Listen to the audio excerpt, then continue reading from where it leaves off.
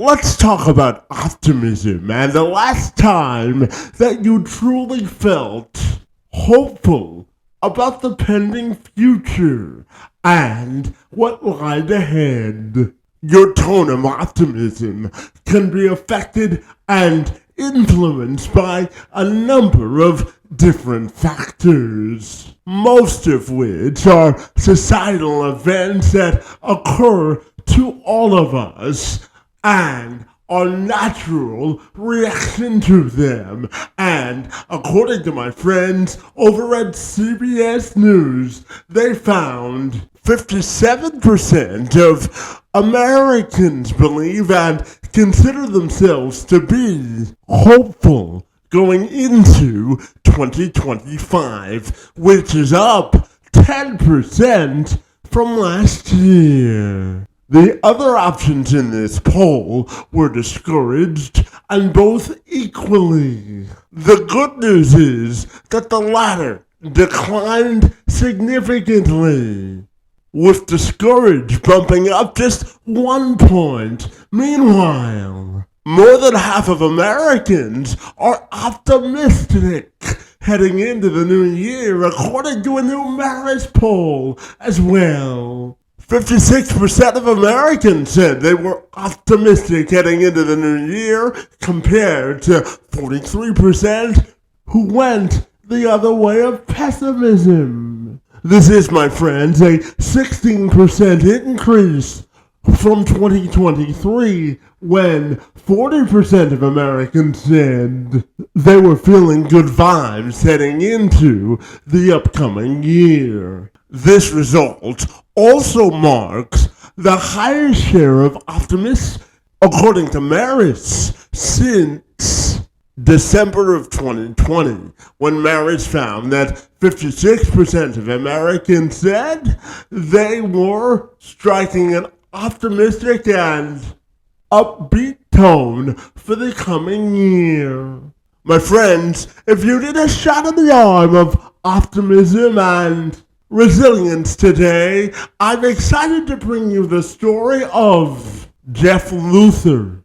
He knows a thing or two about resilience and perseverance after surviving sudden cardiac death and a life-altering diagnosis. He had to rebuild his life, literally 30 seconds at a time. What started as a fight to take a few steps transformed itself into a relentless commitment to pursuing and proving. Resilience isn't about taking massive leaps. Rather, it's more about showing up day in and day out, one step at a time, no matter how hard it gets. And now he inspires others to do the same. He joined me this week to tell me about his incredible journey of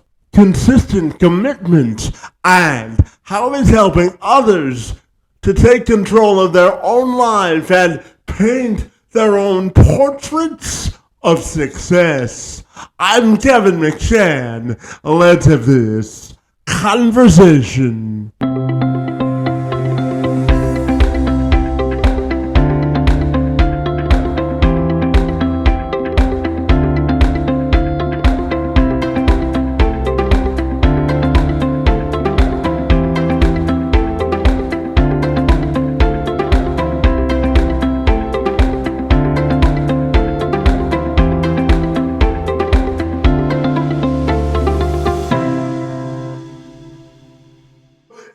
My friend, I'll take a moment to welcome you to the program, and I'm super excited to learn about your life story this afternoon. But my friend, great to see you, and happy Tuesday to you.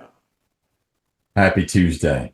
Absolutely. So, Jeff, I wanted to start our conversation by asking you about the 30 seconds that changed your life, my friend, and how you made a commitment to your life and your fitness in those 30 seconds. Tell me all about it, my friend. Yeah, I'll give you the Cliff Notes version. So when I had sudden cardiac death. I was without a no pulse, no breath for 8 minutes. I was shocked with an AED. This all happened in front of my 16-year-old son, and my diagnosis was ARVC, which is arrhythmogenic right ventricular cardiomyopathy. And that disease is exacerbated by exercise. So I was told, and I'm a big fitness guy. I just ran a 50K the week before this happened to me. I'm a CrossFitter. And I was told that I could never exercise again, that it would damage my heart more and ultimately kill me. And I chose not to accept that. So I was trying to figure out what I could do in terms of my fitness and exercise, and I ended up going back to the gym, and it happened again. So I did what any smart male athlete would do, Kevin. I went back to the gym again. And I went back, I did some research, I figured out what I could do, how I could exercise, what limitations I had, and I just kind of went for it. And I was terrified. I was absolutely terrified. So when I started the workout, I worked out for probably, I don't know, maybe 30, 40 seconds, if that. And I started crying, and I looked at my coach that he and I had both done a bunch of research, figuring out how to do this somewhat safely. And I'm crying like snot's coming out of my nose. I'm wiping tears. I was bawling, and I stopped. I said, I can't do this. And he said, why? What do you mean? Like, does it hurt? Because I have a defibrillator installed. He said, does it hurt? Can you not move? I said, no, I can't. Like, I quit. I'm done, man. I can't do this. I am terrified. And he said, okay, all right, you can quit, but give me 30 seconds of work before you quit. Just give me 30 seconds and then quit. I said, no, I'm done. You don't understand. I'm done. And honestly, Kevin, in that moment, I became a quitter. I was okay with it. I became a quitter. And so we argued back and forth. There was probably some cussing in there on my part. And I finally said, okay, I'll give you 30 seconds. I'll give you 30 seconds of work, then I'm done. So, and I remember it exactly. I was doing kettlebell swings. So I picked up the kettlebell and I did kettlebell swings. I did it for 30 seconds. He said, all right, that's it. And I set it down. He said, all right, man, you're done. You did your 30 seconds. You finished on a win, and that's it. I said, yeah, maybe. I could probably do another 30 seconds. He said, okay, give it a shot. So I did another 30 seconds and I set it down. And he said, all right, that's a win. We can be done. I said, you know what? I can probably do another 30 seconds. He said, okay, let's do this. Let's just go 30 seconds on and 30 seconds off. You take it easy and we'll see how it goes.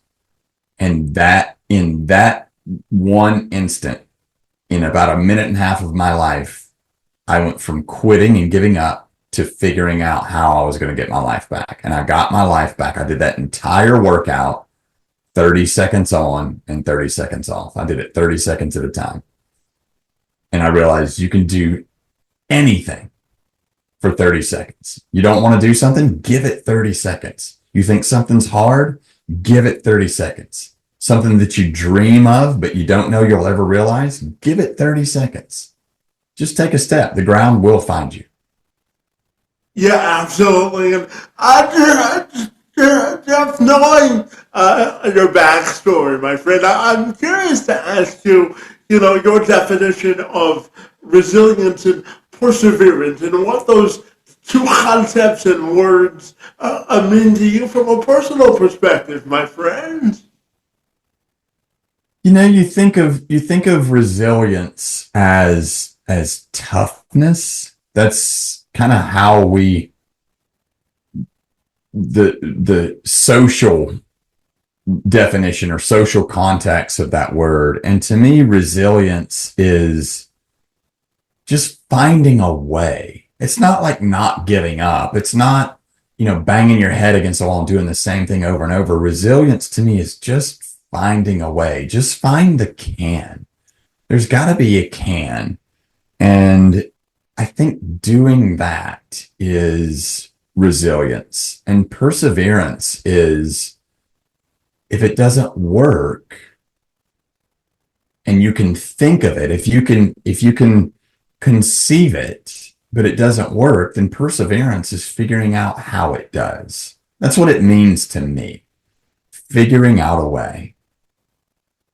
Yeah, absolutely. And, Jeff, for a large portion of your life, in one way or the other, my friend, you've been surrounded or immersed into exposure with great leaders, and I would consider you one of those, my friend. So tell me, how do you define great leadership, and how do you think great leadership can heal societal divisions? What are your thoughts there?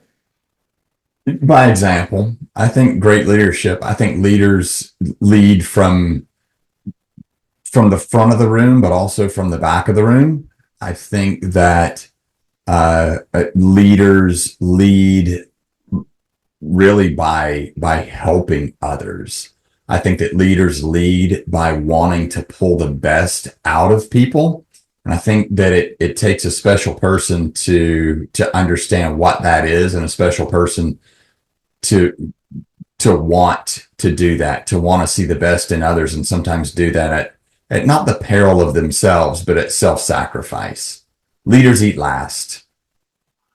Yeah, absolutely, my friend. And I also wanted to talk to you about your relentless commitment, rather, to pushing past your limits. But before I do that, my friend, I'll share a quick story about myself. So Jeff, I don't know if you knew this about me, buddy, but I was born with what's called spastic quadriplegia, cerebral palsy, and I actually found out at the age of 9 that I wouldn't be able to walk for the duration of my life without the assistance of a walker or a wheelchair, my friend. But I always say the answer to the test of adversity is resilience when adversity strikes, my friend. So under that context, my friend, I'm wondering what it means to you to have a relentless commitment to pushing past your limits, my friend. Tell me more.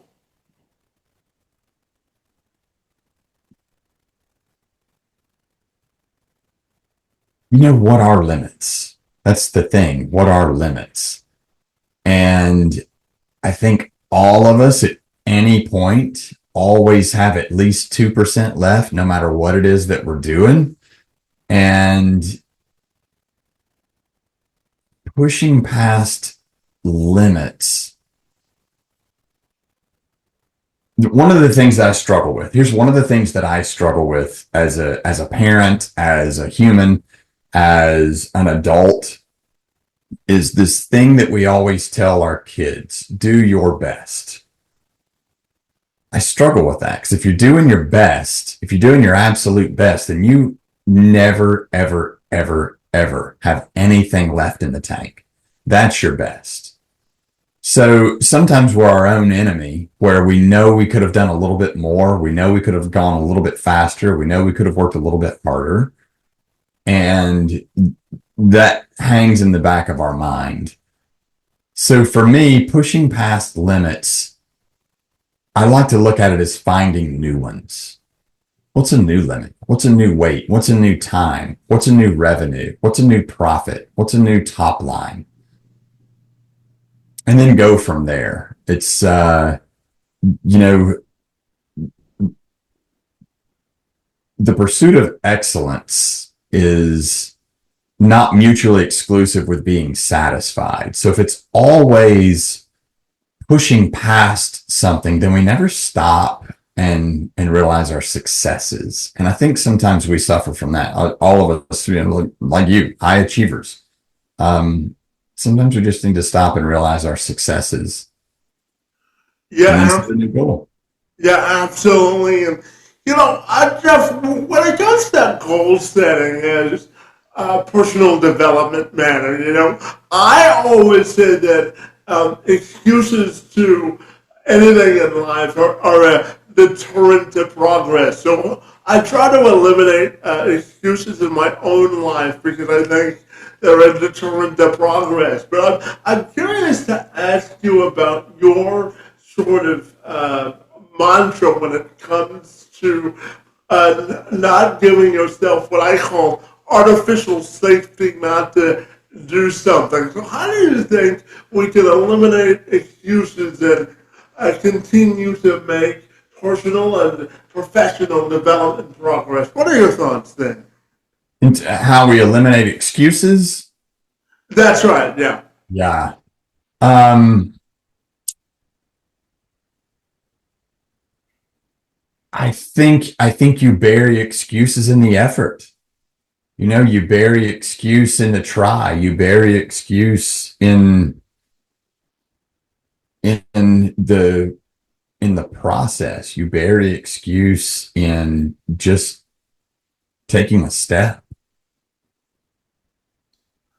Yeah, my friend, I'm curious when you look at the word perspective, considering your life story, my friend, how has that word evolved for you over the course of time? What are your thoughts then?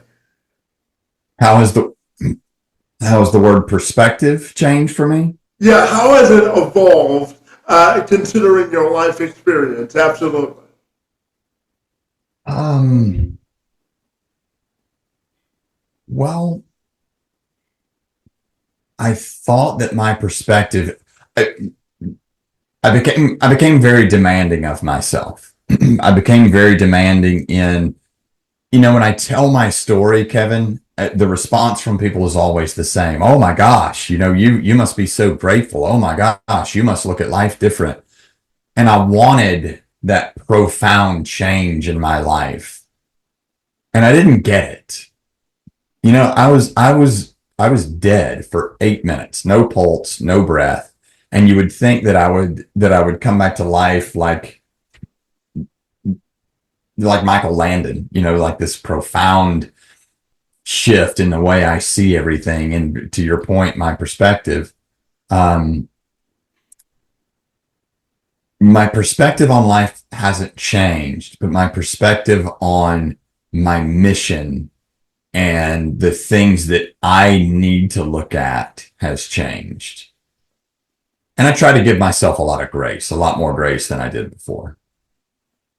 Yeah, absolutely. And, Jeff, I know it's also important to you to help others sort of maximize and discover their own sense of mental motivation. So, how do you do that? And how do you define effectively sort of finding your own mental motivation? What are your thoughts there? Oh my goodness. Mental motivation is tough. So how I deal with mental motivation is through discipline. When, I have 5 lessons, five big things that I learned in dying. And one of those things, Kevin, that was real profound to me is people don't care what happened to you.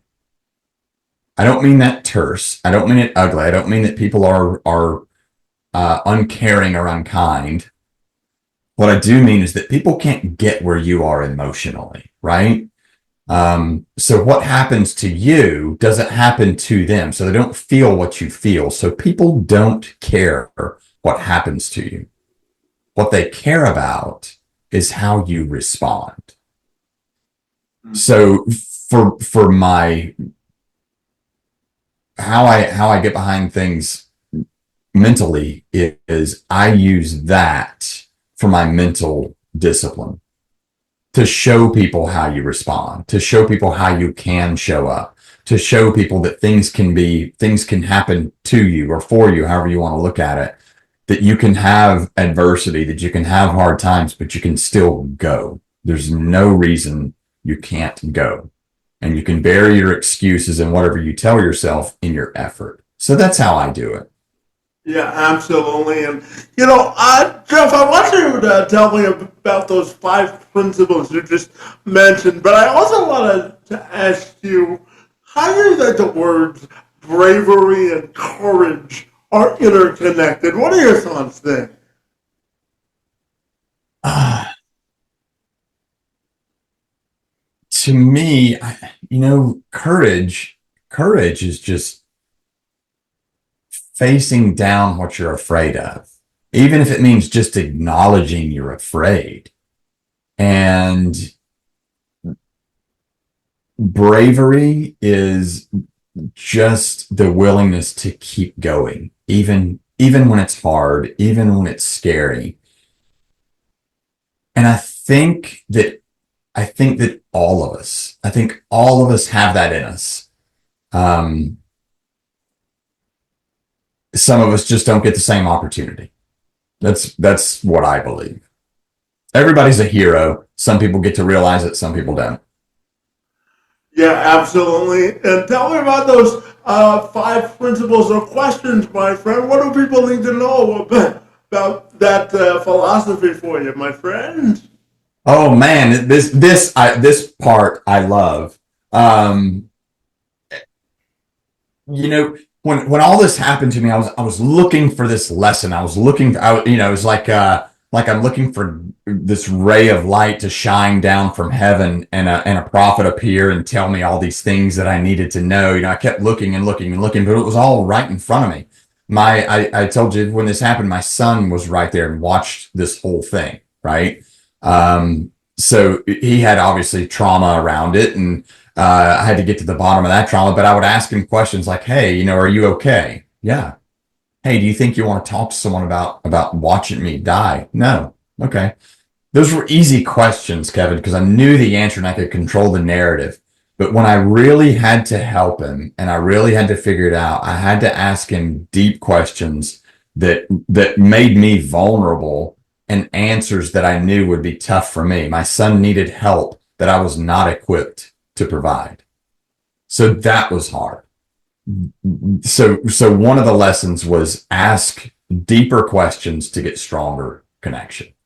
And then the lesson that I just told you, that people do not care what happens to you. They care how you respond, but they don't care what happens to you.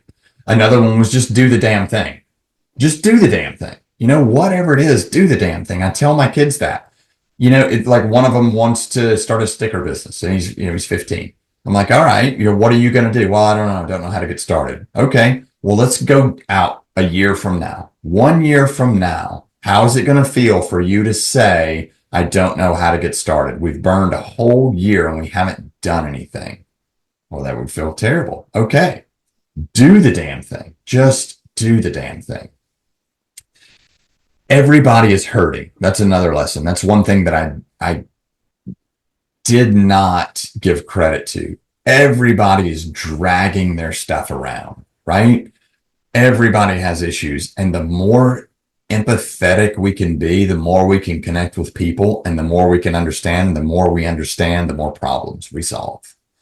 And then lastly, people say life is short, right? That's the cliche. Life is short. I don't know that that's true. Life got pretty long for me for a little while. I was in a pretty dark place. But what I do know is that death is real. I know that it's real. I can tell you what death tastes like. It has a taste. And it doesn't call ahead. It doesn't wait for an invitation. It doesn't care if you don't want it to show up or not. Death is real. And that's probably the second most valuable lesson that I learned. Yeah, absolutely. And I know, Jeff, that you're the founder of a company called Home Pro, my friend, where you established the company to focus on creating careers with minimal resources, my friend, starting with a gold standard at home, my friend. So can you, the home inspection industry, rather, so can you elaborate on the work that you do, my friend, and the difference that it's making? Tell me more, my friend. Sure. Yeah, it's a home inspection company, and the bottom line is we help people stay safe, warm, and dry. We evaluate homes for folks in the process of purchase, and that's been a company I've owned for 22 years. And the whole idea is making people's lives better. Whether it's employees, people that refer us, or our clients. It's been a good ride. Yeah, absolutely. And I also know that you host a podcast, my friend, called All Can and No Can, my friend, where you interview relentless people and vulnerable overcomers, my friend. So tell me about the podcast, its mission, and how it's going, my friend.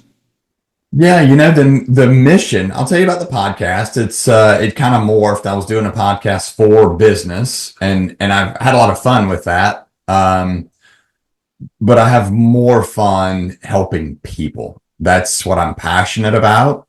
So on the podcast, I can tell my story over and over and over. What I really enjoy is having folks on there that have gone through something similar, having folks that have gotten a can't, having folks that have hit a wall, having folks that have been hit with adversity and tough situations and didn't let it stop them. They found a way around it, through it, over it, under it, whatever they had to do to get past it. And the whole idea is to show an audience that that's in all of us. That's in all of us. And if you can do it, why can't I? If she can do it, why can't I? If they can do it, why can't I?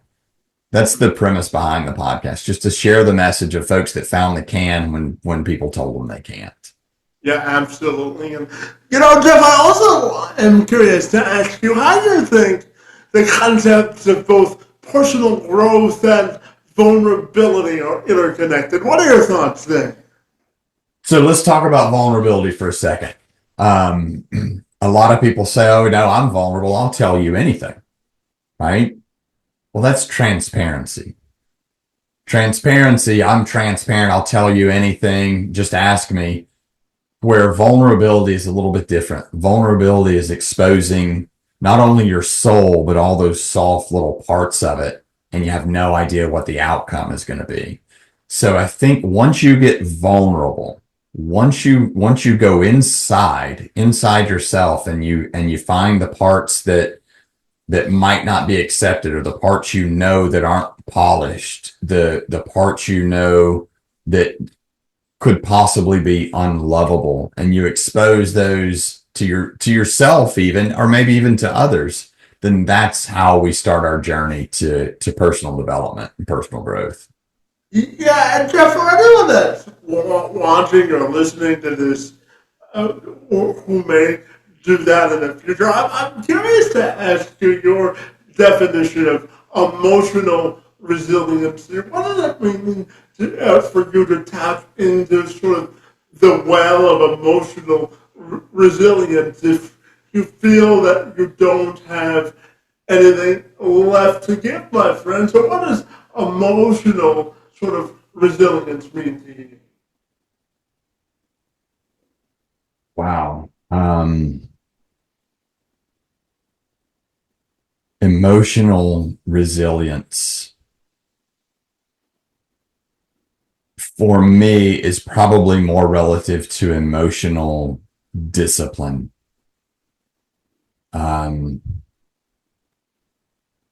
To keep going,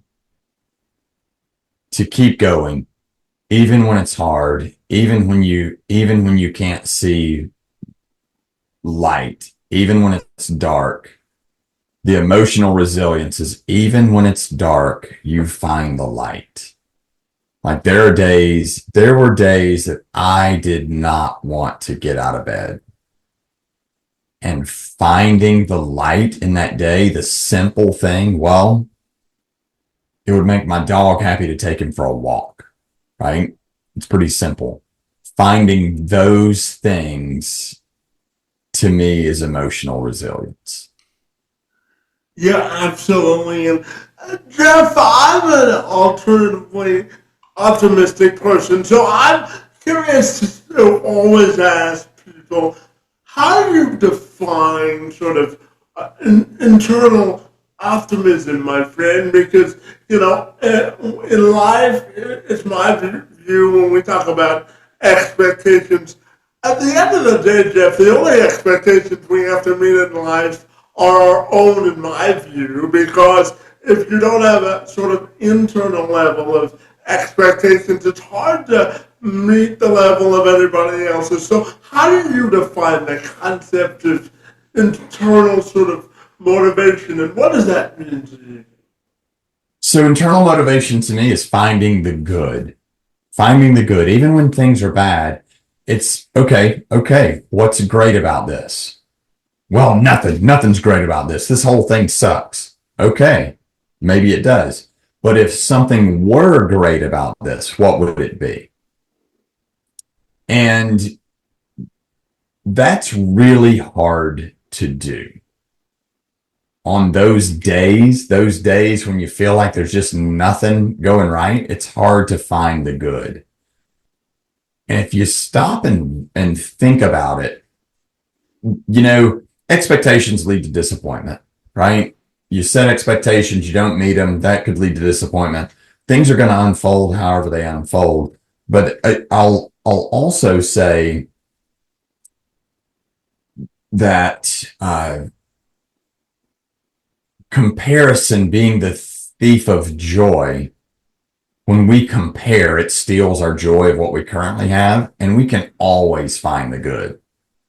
Something simple to say is, man, my life is actually really good.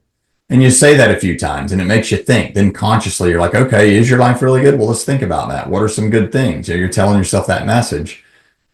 And I think those things go back to that mental resilience that you asked about earlier. Yeah, absolutely. And Jeff, do you think there's a correlation between mental fitness and personal development? Oh my goodness. Yeah, absolutely. Yep. What I just said, mental fitness, it's a mental push-up. It's a mental push-up. Like meditating, it's kind of like a mental push-up. It's a mental push-up to stop, say, okay, I'm spiraling. I'm looking at the negative of this. I'm looking at the can't. Where can I find the positive, or what's great about this, or what would be great about this?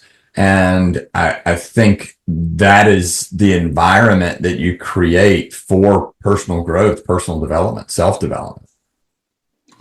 Yeah, and Jeff, if I asked you to write the definition of the concept of seizing opportunity in life, how do you think you would write that definition? And why would you write it that way, my friend?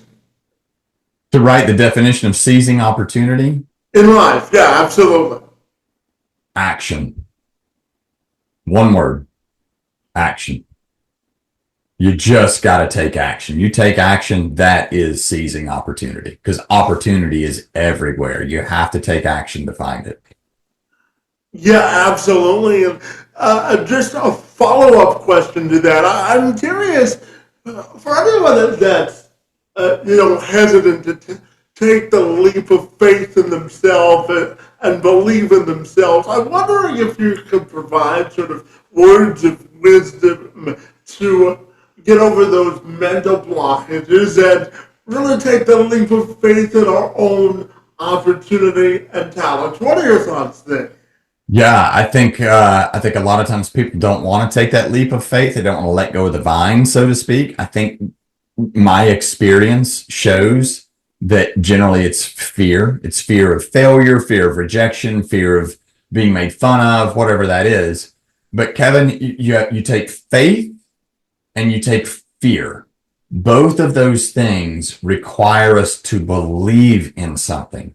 They require us to believe in something we can't see, we can't touch, we can't feel. Faith and fear require us to believe.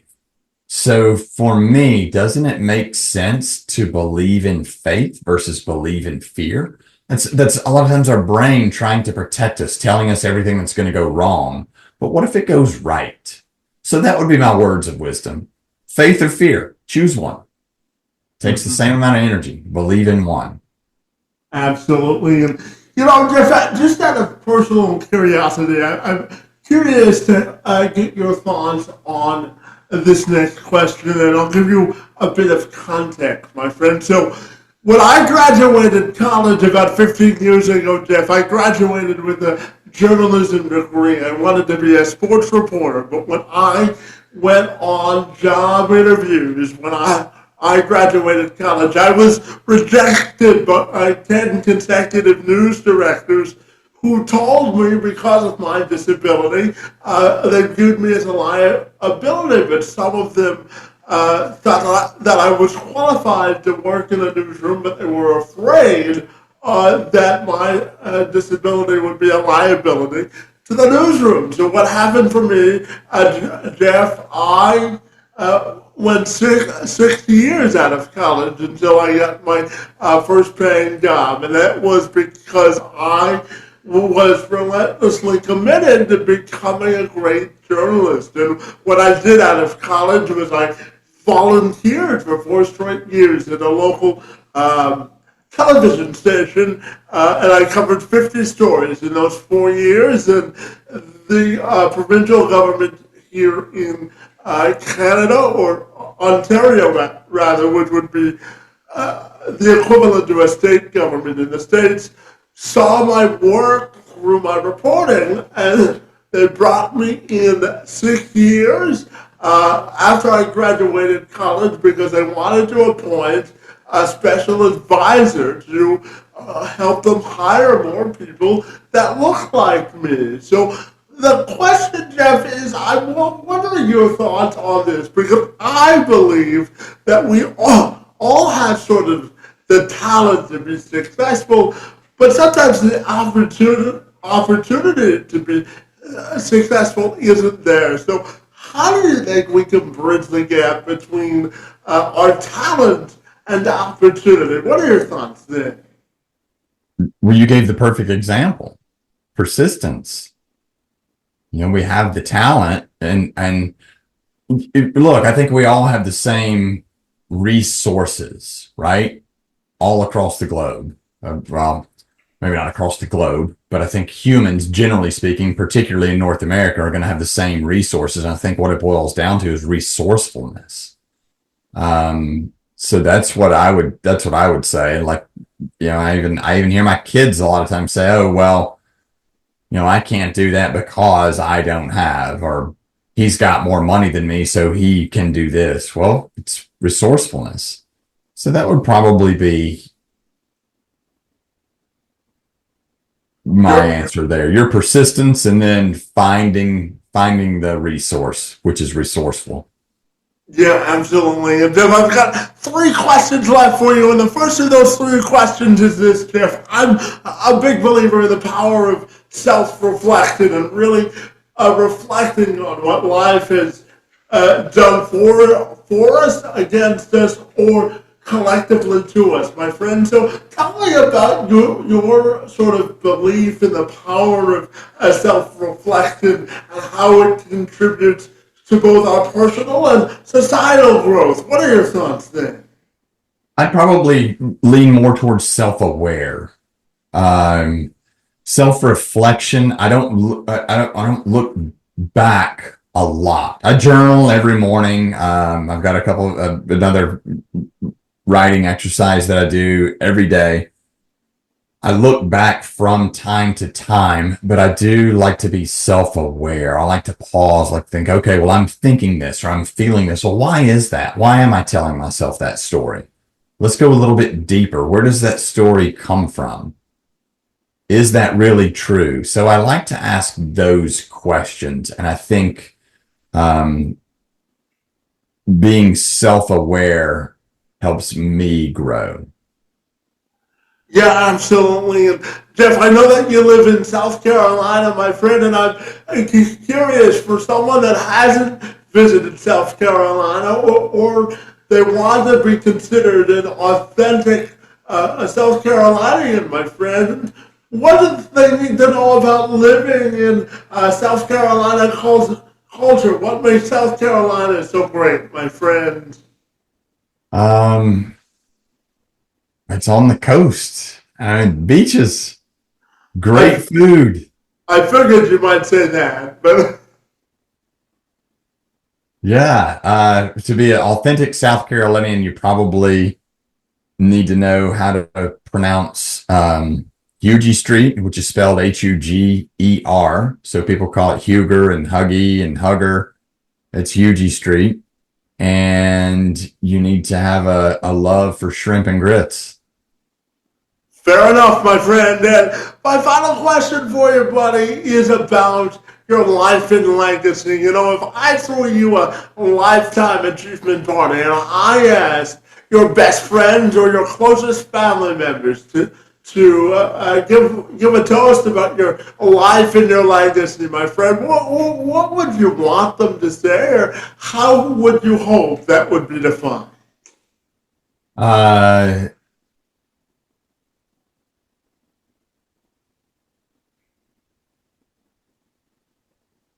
The man that worked effortlessly to make sure his kids could always take him for granted. Okay, is there a reason why you believe that, or is that something that did your kids inspire you to believe that? Why do you believe that, buddy? No, I just over life, I realized there's a couple things you can give your kids. And that to me is my legacy. And for those that don't have kids, I don't mean that that's the only legacy. For me, having my boys was a big deal. And I learned early on that probably the best thing you can do for your kids is nothing, because then they have to figure it out.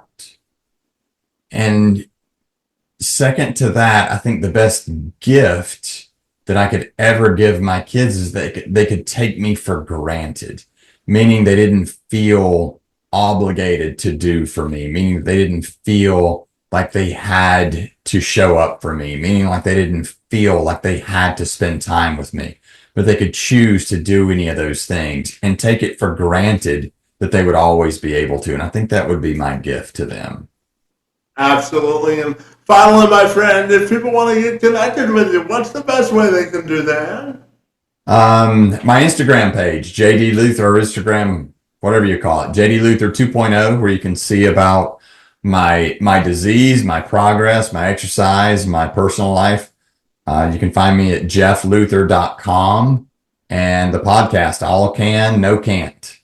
Well, fabulous, my friend. You have certainly carved out an interesting and thought-provoking path for yourself, my friend. It was a real privilege to engage in conversation with you this afternoon, and I want to thank you for being here. It's most appreciated.